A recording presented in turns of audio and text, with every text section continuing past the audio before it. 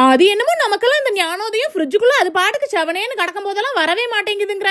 கிட்டத்தட்ட ஒரு வாரமா அது என்னமோ கடல்ல தூக்கி கல்ல போட்ட கணக்கா மொத்தமா புதஞ்சு போயிருக்கும். ஆனா இந்த காய்கறிக்கெல்லாம் உடம்பு முடியாம போறத மட்டும் பாத்துட்டோம். ஐயோ அம்மான்னு குதிச்சுக்கிட்டு மொத்தத்தையும் வெளியில எடுத்து போடுறது. விக்கிற விலைவாசிக்கு பூராத்தையும் தூக்கியா போட முடியும். அதான் எங்கெங்கெல்லாம் கலர் மாதிரி இருக்குதோ அதை மட்டும் துண்டா வெட்டி விட்டுட்டு மிச்சத்தை எல்லாத்தையும் குழம்புக்கு ரெடி பண்ணி விட்டேன். இன்னைக்கு வேற எக்ஸ்ட்ராவா ஊடெல்லாம் சுத்தம் பண்ணணும்னு அம்மா வேலை வேற தலைக்கு மேல இருக்குது. அதனால சட்டு புட்டுன்னு சமையல முடிச்சு போடுவோம்னு பார்த்தா இருக்கவே இருக்குதுல நம்ம புளி குழம்பு.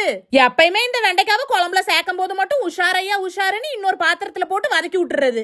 இல்லன்னா அந்த கொலகொலப்பு இருக்கிற மாதிரியே தோணும். அவசர அவசரமா குழம்பு வச்சு நம்ம முடிச்சுட்டாலும் தொட்டுக்கிறதுக்கு எதுவும் செய்யலையான்னு வேற ஒரு பெரிய குறை வந்துடும். சரி இந்த முட்டையை பொடி மாஸ் பண்ணி போடுவோமா இல்ல அவிச்சு போடுவோமான்னு வேற பெரிய யோசனை.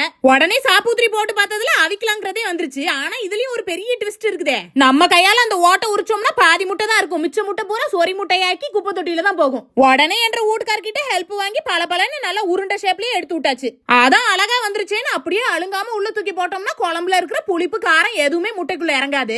இதுவே அங்கிட்டு இங்கிட்டு கோடு போட்டு குழம்புல கொஞ்சம் ஊற வச்சு மட்டும் எடுத்து சாப்பிட்டோம். கையில பட்டோனே டபக்கடின்னு உடையும். ஆக மொத்தத்துல 2 in 1 கணக்கா வச்சு முடிச்சு விட்டாச்சு. நமக்கு எப்பயுமே சுடு சோத்துல இந்த குழம்பு அள்ளி போட்டு பரட்டி சாப்பிட தான் பிடிக்கும். இன்னைக்கு வேற புளிப்பும் காரமும் கொஞ்சம் தூக்கலாவே இருந்ததா, அதான் நல்லா சப்பு கொட்டிக்கிட்டு உள்ள இறக்கியாச்சு.